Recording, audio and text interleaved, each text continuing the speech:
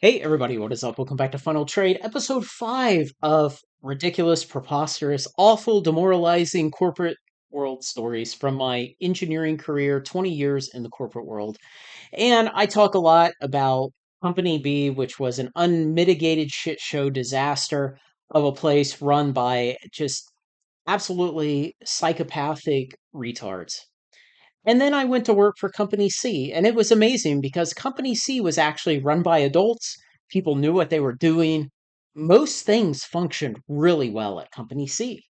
And I took one of my good friends with me from Company B to Company C, and he and I would sit together at lunch and we would talk and we had this kind of this time period after we had come to work at Company C where we didn't believe it. We were like, it must be just as bad, but we just haven't been here long enough to identify it.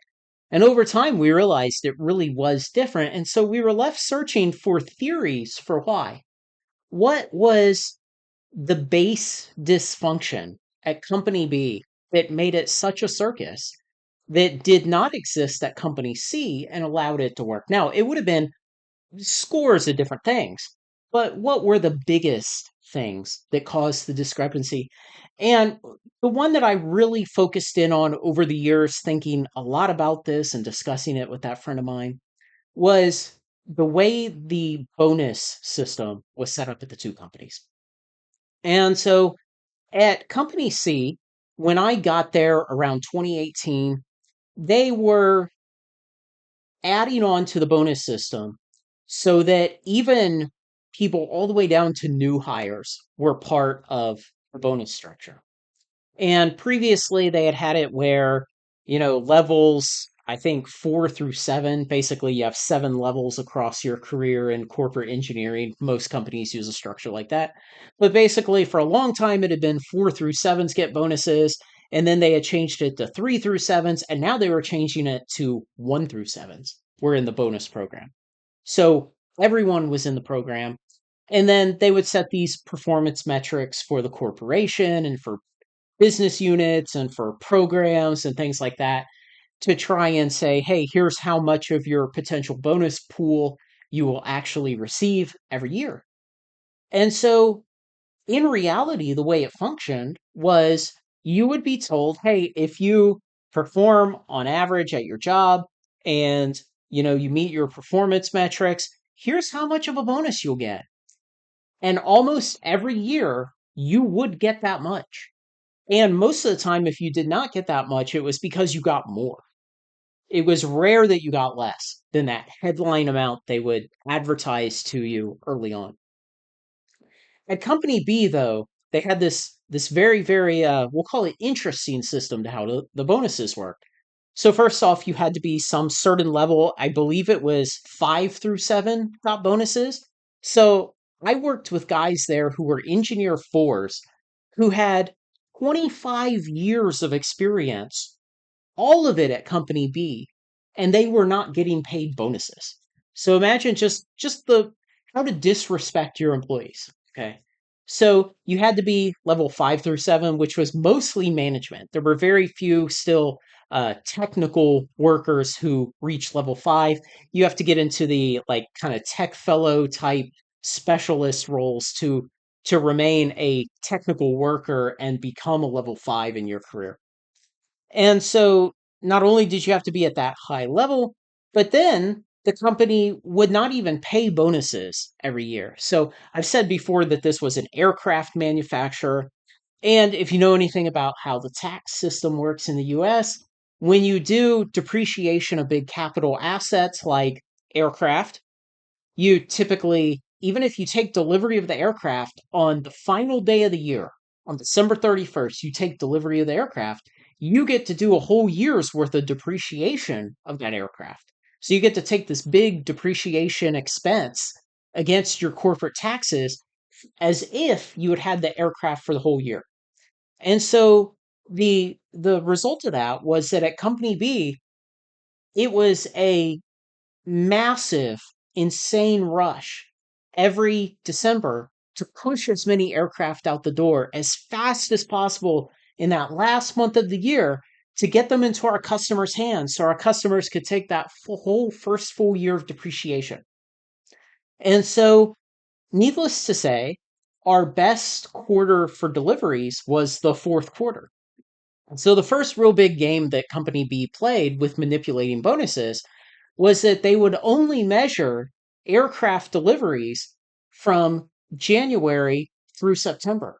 They would exclude fourth quarter. And the reason they gave for excluding it was, well, we need to go into all of the calculations for how bonuses are done. We need to start doing all that work in October so we can get all the calculations done before the end of the year. And so they would conveniently just cut out the quarter of the year where we did the highest deliveries as a company and pretend as if that performance that the company achieved had not existed when it comes to calculating bonuses. And so they would do that and they would manipulate essentially the profits and the revenue of the company downwards by excluding the best quarter out of the year. And so lo and behold, most years they did not pay any bonuses.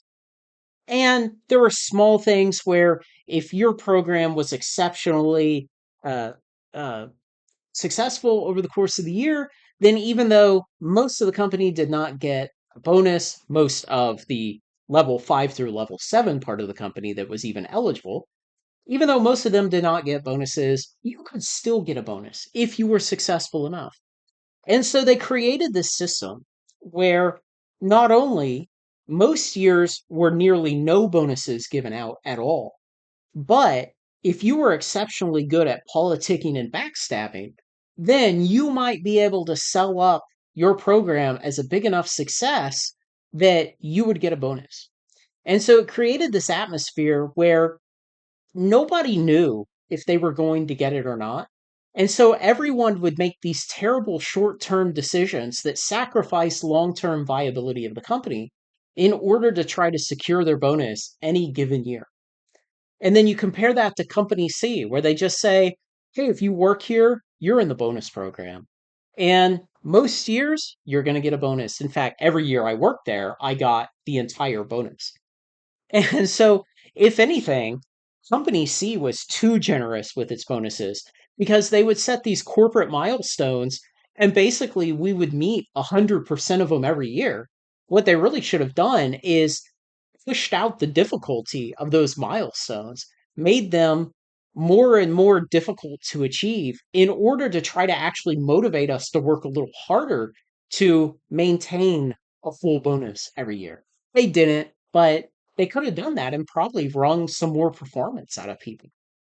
But at Company B, you basically just hoped that you got a bonus. Now, the interesting thing was, um, one of the times that my direct manager there got a bonus, it was rather substantial. He got a pool installed in his backyard, and then he took his extended family to Hawaii for 2 weeks with the bonus money. So, it was pretty decent sized bonus. But there was this one funny interaction I had with him at one point where he had found this opportunity elsewhere in the company. He was asking me if I was interested in him recommending me for this management position. And part of him trying to sell me on this, he said, "You'll be in the bonus program." And then he said, "I've been in it 8 years and it's paid out twice in that time." And it's like, dude, that's the absolute worst recommendation you could ever give for taking a management job is that 2 out of 8 years they have paid you a bonus.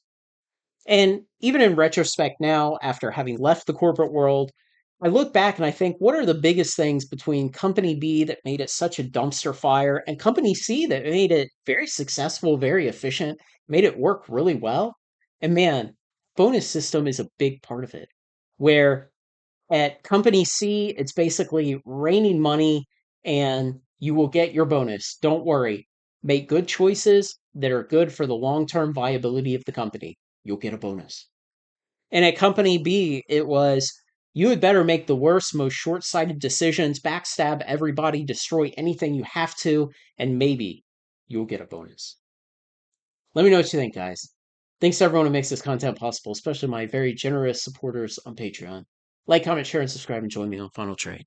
Subscribe for a bonus.